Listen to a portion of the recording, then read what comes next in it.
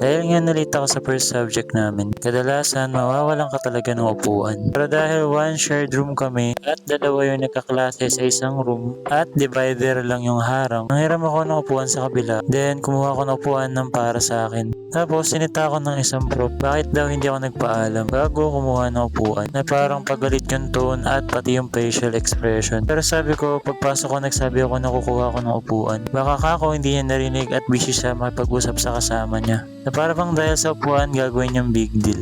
Dapat nga hindi naghihiraman ng upuan sa bawat room para hindi nagagawan or kumukuha sa ibang section. E di sana hindi ko na kailangan kuha ng upuan sa kabila. Wala lang, ang aga-aga kasi ako yung pagbubuntangan ng bad trip niya. Na dapat iniiwan niya sa bahay kasi nakakasira talaga ng araw, legit. Kaya kapag may pumapasok ng mga classmate ko, sinasabihan ko agad na magpaalam sa kabila at baka mapagalitan din sila. Yan nga, during class pinag-uusapan namin tungkol sa mga tao kung paano sila mag-behave based sa environment at pumapaligid sa kanila. Sabi ng prof namin na kaya daw mas mataas ang utak kaysa sa puso. Dapat isip ang nagdi-decide, hindi ang puso or emosyon. Kumbaga, huwag ka magdidesisyon ng masaya ka, malungkot ka, or galit ka. Dapat nasa state ka na normal lang. Para yung magiging desisyon mo ay balance. Hindi nangingibabaw yung emosyon mo. Tama naman talaga kasi kapag nasasaktan tayo or galit, hindi nagiging tama yung desisyon natin sa buhay. Kaya mas lalo tayo nagkakamali. Katulad kanina, nagalit muna siya bago niya ako tinanong kung nagpaalam ba ako. Pero ganun pa man, may mga tao talaga na may encounter tayo na nakakasira ng araw. Pero wag natin hayaan na dahil sa kanila, pati ikaw di magiging maganda araw mo.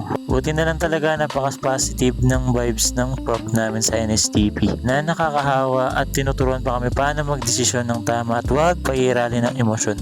And yun lang for day 46 of 365. See you ulit mga boss.